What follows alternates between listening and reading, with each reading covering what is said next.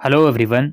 इस वीडियो में हम बात करेंगे railway recruitment cell southern zone की तरफ से अप्रेंटिसेस की नोटिफिकेशन आया है और क्या क्या इसका क्राइटेरिया है, सब कुछ इस वीडियो के अंदर हम बात करेंगे।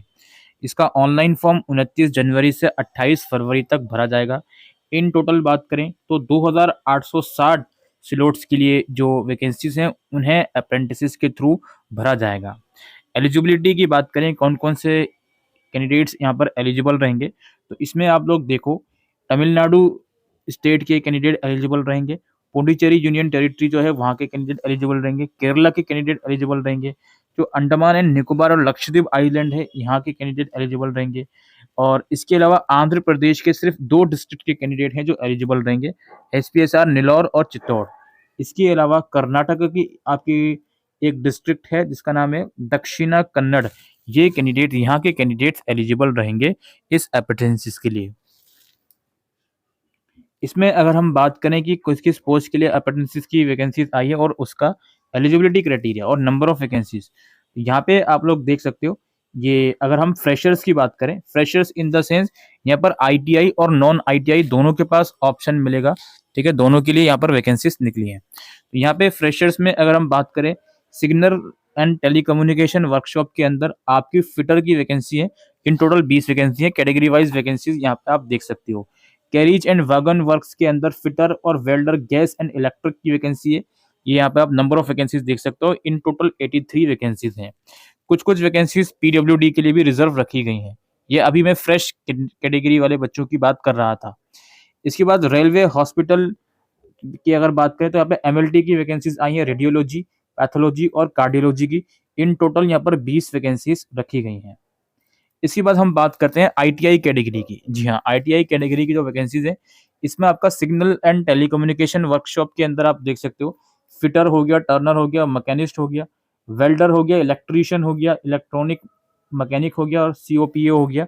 इन टोटल 53 वैकेंसीज हैं, ठीक है। और यहाँ पे त्रिवेंद्रपुरम डिस्ट्रिक्ट के अंदर आप लोग देख सकते हो, अलग अलग पोस्ट की टोटल 280 वैकेंसीज हैं। फिर यहाँ पे पलाक्कड़ डिवीजन की वैकेंसीज हैं, ठीक है। और कुछ कुछ डिवीजन में कुछ कुछ दूसरी वैकेंसीज भी दी गई हैं, जैसे इसमें आप देख सकते हो त्रिवेंद्रपुरम में यहाँ पे डीजल मैकेनिक और पेंटर की भी वैकेंसीज अवेलेबल है। तो आप इसी तरीके से देख सकते हो किस किस डिवीजन में किस किस पोस्ट की कितनी वैकेंसीज अवेलेबल हैं। आपको वेबसाइट का लिंक डिस्क्रिप्शन बॉक्स में मिल जाएगा, जहां पर आपको ये डिटेल नोटिफिकेशन भी मिल जाएगा और वहीं से आप अप्लाई भी कर सकते हो in case if you are eligible. ये नंबर ऑफ वैकेंसी से इसमें चेंजेस भी आ सकते हैं, ये इंक्रीज या डिक्रीज भी हो सकती हैं, उसकी जानकारी आपको वेबसाइट पर दी जाएगी। आप जब फॉर्म भरोगे तो आप कोई एक यूनिट ही चूज करोगे जिसमें आपको अप्रेंटिस करनी है। एज लिमिट की बात करें तो मिनिमम 15 साल और मैक्सिमम जो एज लिमिट है आपकी 22 होनी चाहिए अगर आप फ्रेशर हो, और अगर आप आईटीआई हो तो या एमएलटी के लिए अप्लाई करो तो 24 ईयर आपकी एज होनी चाहिए। अपर एज लिमिट में 3 साल का रिलैक्सेशन है ओबीसी को, SC/ST को 5 साल और कुछ पीडब्ल्यूडी कैंडिडेट्स जिनके लिए अप्रेंटिसेस रखी गई हैं उनके लिए 10 साल तक का रिलैक्सेशन दिया गया है। मिनिमम क्वालिफिकेशन की बात करते हैं। पहले यहाँ पर हम फ्रेशर की बात कर रहे हैं, इनके लिए क्वालिफिकेशन क्या है और इनके लिए कितने ईयर की यहाँ पर जो अप्रेंटिस ट्रेनिंग है वो दी जाएगी। फिटर का आप यहाँ पे देखो 10th क्लास एग्रीगेट 50% मार्क्स के साथ 2 साल की इनकी अप्रेंटिस है। Welder gas and electric again 10th class 50% marks के साथ 1 साल और 3 महीने की इनकी अप्रेंटिस होगी। और इसके अलावा यहाँ पर मेडिकल लेबोरेटरी की बात करें तो 12th क्लास चाहिए मेडिकल लेबोरेटरी के लिए, 12th एजुकेशन चाहिए और 12th में फिजिक्स, केमिस्ट्री, बायोलॉजी आपने पढ़ा होना चाहिए 50% मार्क्स के साथ, और ये भी 1 साल 3 महीने की अप्रेंटिस होगी। जो SC/ST या पीडब्ल्यूडी कैंडिडेट हैं उनके लिए 50% का रिक्वायरमेंट नहीं है, सिर्फ एजुकेशन क्वालिफिकेशन कंप्लीट है तो भी अप्लाई कर सकते हैं। Candidate with higher qualification wise diploma, degree, engineering, polytechnic and already a course completed apprentices in railway established in are not eligible to apply। तो हायर क्वालिफिकेशन वाले जो कैंडिडेट हैं वो इसके लिए एलिजिबल नहीं है। Candidate should have already pass the prescribe qualification on the date of issue, यानी कि फाइनल ईयर वाले अप्लाई नहीं कर सकते, जो भी क्वालिफिकेशन है वो आपकी कंप्लीट होनी चाहिए। इसके बाद जो आईटीआई की रिक्वायरमेंट है, यानी कि कुछ पोस्ट में आईटीआई की भी रिक्वायरमेंट है, उसको आप देख लीजिए। जैसे यहाँ पर fitter, Turner, mechanic, electrician, mechanic motor vehicle, इसमें आपको 10th पास की रिक्वायरमेंट है 50% मार्क्स के साथ, with science and mathematics under 10+2 level. ठीक है, 10+2 लेवल ऑफ एजुकेशन के अंदर आपको चाहिए 10th क्लास की रिक्वायरमेंट मैथ और साइंस के साथ। और रिलेवेंट ट्रेड में, जिस ट्रेड में आप अप्लाई करोगे उसमें ITI आपका होना चाहिए किसी भी रिकॉग्नाइज इंस्टीट्यूट से, चाहे वो NCVT का हो या फिर SCVT का हो, और 1 साल की आपकी अप्रेंटिसिस रहेगी। इसके बाद आपका welder, gas and electric, carpenter हो गया, plumber, mechanic, mechanical tool, maintenance mechanic, refrigeration and air conditioning mechanic, diesel, ये सब जो है इसके लिए अगेन आपकी 10th क्लास की रिक्वायरमेंट है और रिलेवेंट ट्रेड में ITI चाहिए। 1 साल की आपकी इसमें ट्रेनिंग रहेगी। वायरमैन का भी सेम रिक्वायरमेंट है, रिलेवेंट फील्ड में ITI 1 साल की ट्रेनिंग है। इसके अलावा programming and system administration assistant, again इसमें 10th की रिक्वायरमेंट है और रिलेवेंट फील्ड में आपका ITI होना चाहिए। इसमें 1 साल का इसका ट्रेनिंग रहेगा।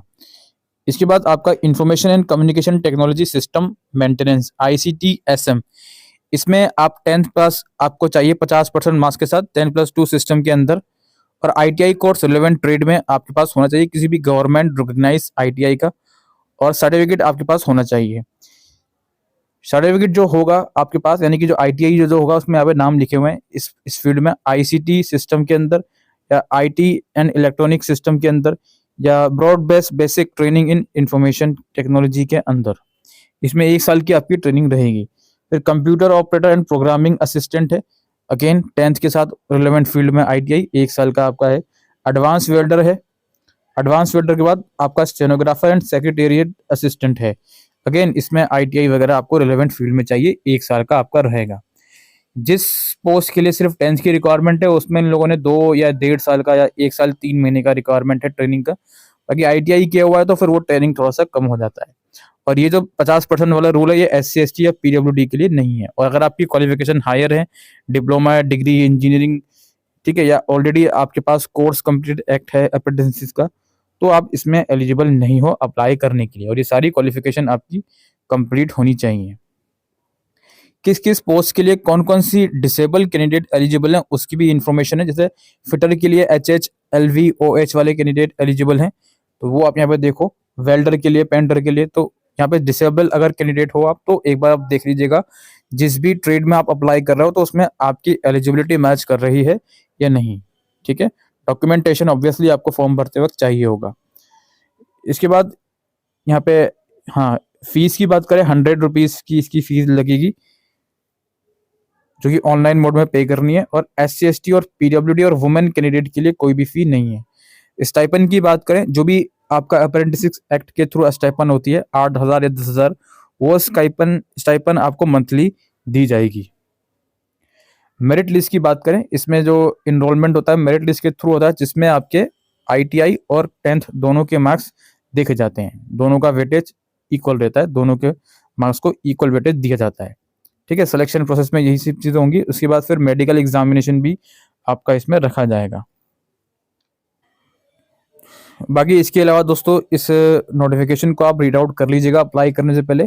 डॉक्यूमेंटेशन कौन कौन से चाहिए होंगे फॉर्म भरते टाइम, वो सब चीज़ें इसमें लिखी गई हैं। कुछ प्रोफॉर्मा अवेलेबल हैं कुछ डॉक्यूमेंट्स के, वो भी आप लोग देख लीजिएगा। वेबसाइट का लिंक आपको डिस्क्रिप्शन बॉक्स में मिल जाएगा, वहां जाकर आप इसके लिए अप्लाई कर सकती हो। अभी के लिए वीडियो में इतना ही। Thank you.